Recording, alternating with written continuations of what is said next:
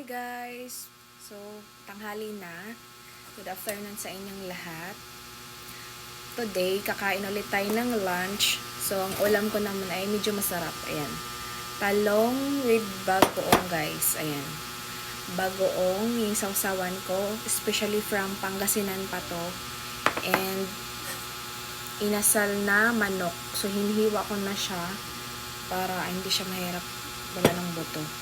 Tas may ano rin ako sausawan na sa aking chicken inasal. So for today's video, tayo ay kakain ulit. So ganun lang. Kain lang. So, maglagay muna ako ng kanin.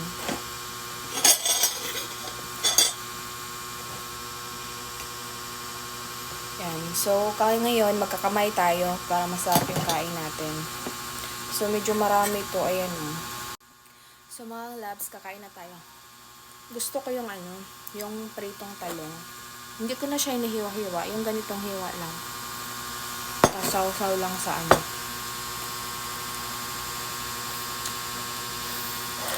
bagoong.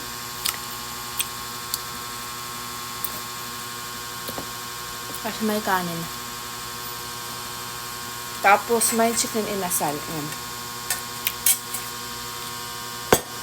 Kain tayo mga loves. So, puro kain lang tayo ngayon kasi bawal tayo sumasayaw. Namiss ko na mag-TikTok eh. Pero soon magti-TikTok tayo.